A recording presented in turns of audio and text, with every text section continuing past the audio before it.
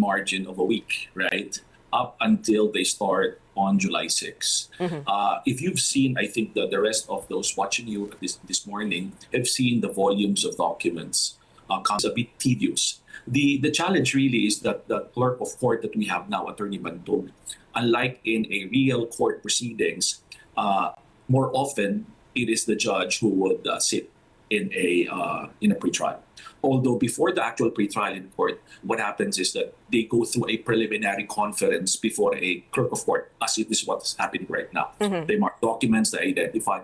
But the thing with Attorney Bantog is he cannot decide on disputed matters, you see. He cannot say, oh, no, I reject this, we suppress this, we cannot entertain this, right? There will be matters of that nature. So in that case, I think what he will do is to keep it there and let the senator judges decide when it goes to trial.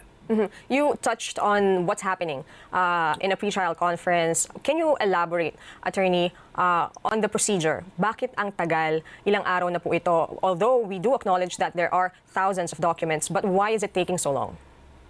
Okay, let's try to explain this to them. Let's, for instance, you have a document consisting of 300 pages. Okay? What happens is, hindi lang yan kasi titingnan, this is the title. Okay, let's mark it as an exhibit A of party or exhibit 1 of a party. The other party will examine it. Titingnan nila yan isa-isa. Titingnan nila if it's accurate. Titingnan nila if these are faithful reproductions of the original. That's how it is. And can you imagine for each document, if you're talking of numerous pages?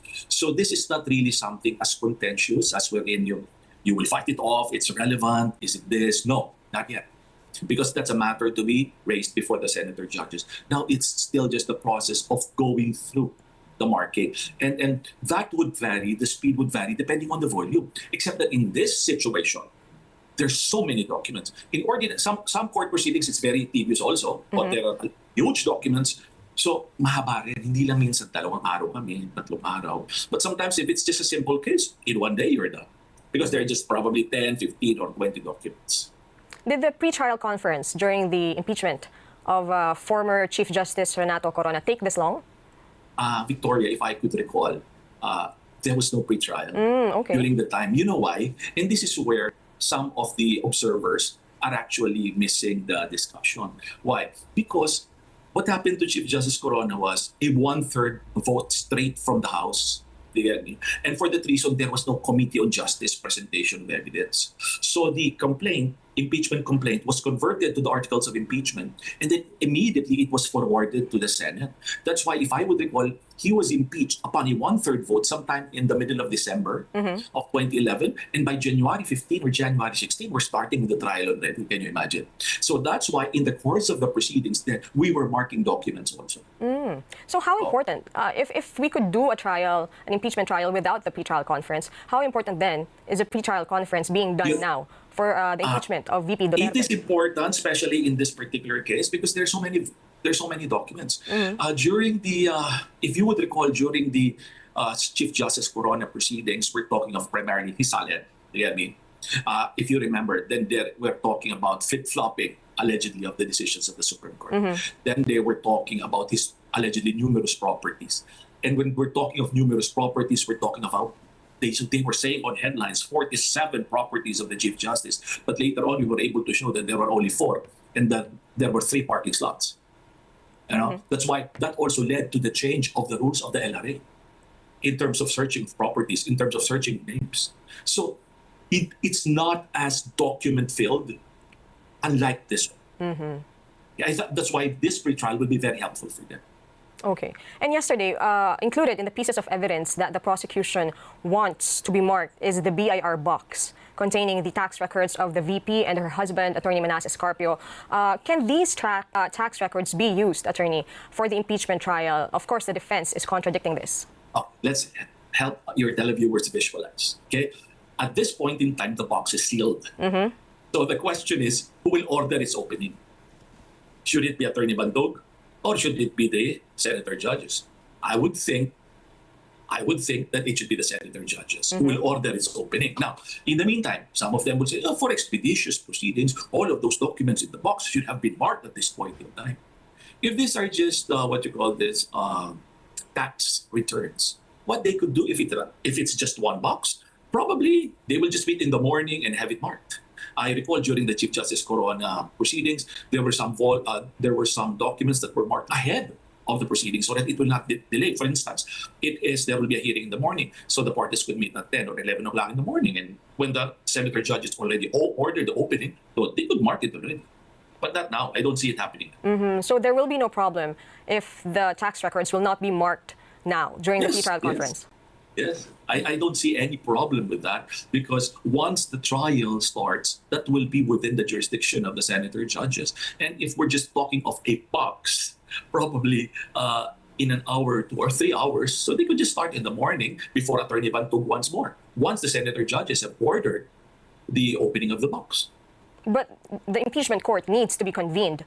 Of course, yes. Because as I said, at this point in time, Attorney Bantog's duty is just to see to it that everything is in order. He cannot make decisions and orders on whether to accept or reject at this point in time the documents. But if the impeachment court does rule that the tax records could be used in the impeachment trial, do you see any law being violated? Attorney Manasseh Scarpio, we recall, filed a petition before the Quezon City Regional Trial Court questioning the use of the tax records, saying it's a violation of the bank secrecy law, etc. There will be a lot of issues, I foresee. For instance, if as a consequence of it opening the box and examining the tax return, there will be issues about cash deposits, then they may invoke the secrecy of bank deposit. For instance, there is also a provision in the, if I recall it accurately, Internal Revenue Code, that they cannot just open it or disclose the tax return of an individual. Because remember, at this point in time, he's an individual, but again, some people will say, observers will say, but he is married to the vice president. All of these issues, or laws that would prevent its examination may be raised in the course of the proceedings. And the House prosecutors, even before, during the hearing of the Committee on Justice, said mas mabigat yung responsibilidad ng impeachment court or ng impeachment trial, kaya hindi dapat mangibabaw yung bank secrecy law, yung Internal Revenue Code, etc. What's your take on this, attorney? Well, the bank secrecy law is very clear that if there is an impeachment proceeding, they could. It had happened in the past, so they could open. When VP Sara was not yet an impeachable official. Kasi the prosecution wants to look into her assets from 2007 up to 2024, if I'm not mistaken.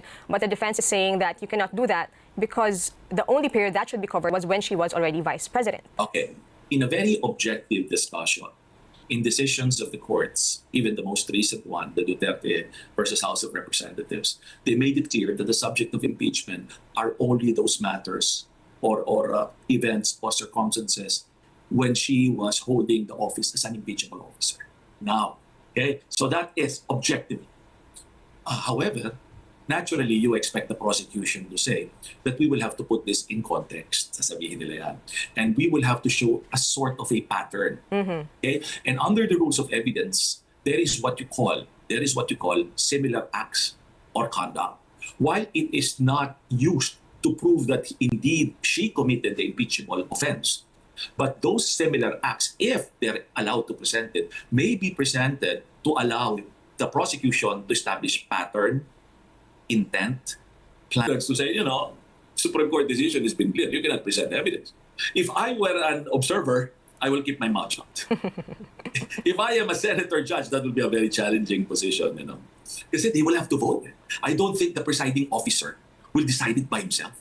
And even if he plans to decide it by himself, probably one or two will object, and there will be a discussion. And then they will have to decide to vote on the floor. That's how I see it. What is that jurisprudence that you mentioned, attorney, that might be used by the defense? Duterte. The same, Duterte versus House of Representatives. And that was not raised in the first time in the case. That has been raised several times, even I recall in the case of Francisco. But except that the Duterte is the more recent one. Pinaliwanag ko. They could read it. So, and that is the reason why the defense is insisting on that. But again, I think the prosecution is fully aware and they are ready to present what you call the context of why they are presenting previous conduct. And speaking of the presiding officer, it has still not been decided. We're still waiting if Senate President Gatchalian will be the presiding officer or if the senator judges will vote for Senator Cheese Escudero. Do you think Senator Escudero would be a good choice for presiding officer? I would say whoever they elect should be good. Okay, should be a good choice. They've had their own experience as lawmakers. They've had their experience as lawyers. What is important really is for them to be able to determine among themselves, being the Senate, as to who will be the best person. Not naman because he's the best at this time. No, for this particular process that will be able to help not only the prosecution, the defense, but the entire Filipino people to understand the process and to make the people like us feel that the process is fair, that it is objective. So, hindi kailangan na abogado, sir? Coming from your experience from the Yes, Corona trial. hindi kailangan, pero kasi maganda rin. Okay, sasabihin nila, naku, pabor sa abogado. Hindi siya mandato ng Constitution. Okay? Kasi kinikilala naman because they're senators, they know what they're doing, they have the skills. Kaya lang, the good thing about having a lawyer, Senate President, is he has some background. If you would recall, legal background. If you would recall, in 2012, it was Juan Ponce Enrile, Senator, right? He was a lawyer. So he will face, that presiding officer will face the issue of admissibility, relevancy and materiality of documents, objections, competency of evidence, authenticity of documents. You know, when you study that in law school, evidence, isang semester yan.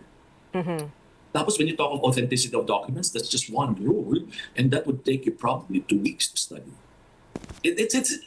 I'm not saying mahirap to, but I'm saying that with the right guidance, of course, they will have their consultants, their advisors. They'll be ready, whoever sits as the Senate President, as the presiding officer. There's no concern for you if Senator Escudero becomes a presiding officer, considering what happened during the first impeachment complaint, that forthwith did not become forthwith.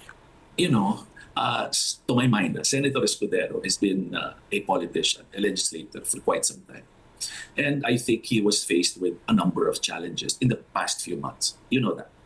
And I think if trying to see him, he's not yet old. Okay, he's not yet old, and he sees probably a long political future, So this is a platform for him. You know, this is a platform for him. You know, recently there's been word about his objectivity, his changing parties or positions here and then. This is a great opportunity for him to show, number one, his skill. Number two, about his fairness in handling the proceedings. If he handles this well, this will give him a great boost or a good start for a new political career. And I also have to ask you, attorney, about the conviction threshold. I always ask this for my guests, just to gather different legal opinions. Do you think the conviction threshold of 16 can be lowered? Because there are 2 senators currently who are unable to come to the Senate. Okay, Veronica, I've answered that several times, and I will answer it again this way. The Constitution clearly provides that it is the concurrence of 2/3 of all. Let's not talk about 16 was not mentioned. How many senators do you have at this point in time? You have 24. So if you follow the provisions of the Constitution, it says the concurrence. It's an affirmative vote. So we have to look at it in terms of all you need is 16 to convict. Now, let's look the flip side. They will say, absent naman yung dalawa, di naman sila pupunta. It's not talking about a vacant seat. You know, the provision of the Constitution was framed in such a way to protect institutional stability and constitutional balance. Because the framers understood. They understood that this is not only a legal constitutional, but likewise a political process. If the threshold was just majority, baka madalas tayo magkaroon ng impeachment. And that is the reason why they placed it at 2/3, to have a super majority. Why? Because there is, especially for an elected officer, there is a mandate of the people. And that if you feel that he or she has violated or committed impeachable offenses, then you vote for him. I think that's the essence of due process. The essence of due process is not wanting, we have to get rid of the person, we have to do it now. I would want to be very clear. I'm all for accountability. I think a great number of us would want to see accountability. But again, in all of this, what's happening is are processes that will strengthen our institution, our democracy. If we just look at an individual at this point in time, I assure you, and I've said this, even after we're long dead, there will be numerous impeachment in history. And if we fiddle with it, if we make it malleable, if we make it flexible, then can you imagine what legacy these legislators will leave to the Republic? Sorry, just to make it clear, so you are not in favor of lowering? I am. Okay. Just for voting according to the Constitution, Article 11, Section 6, which is 2/3 of all.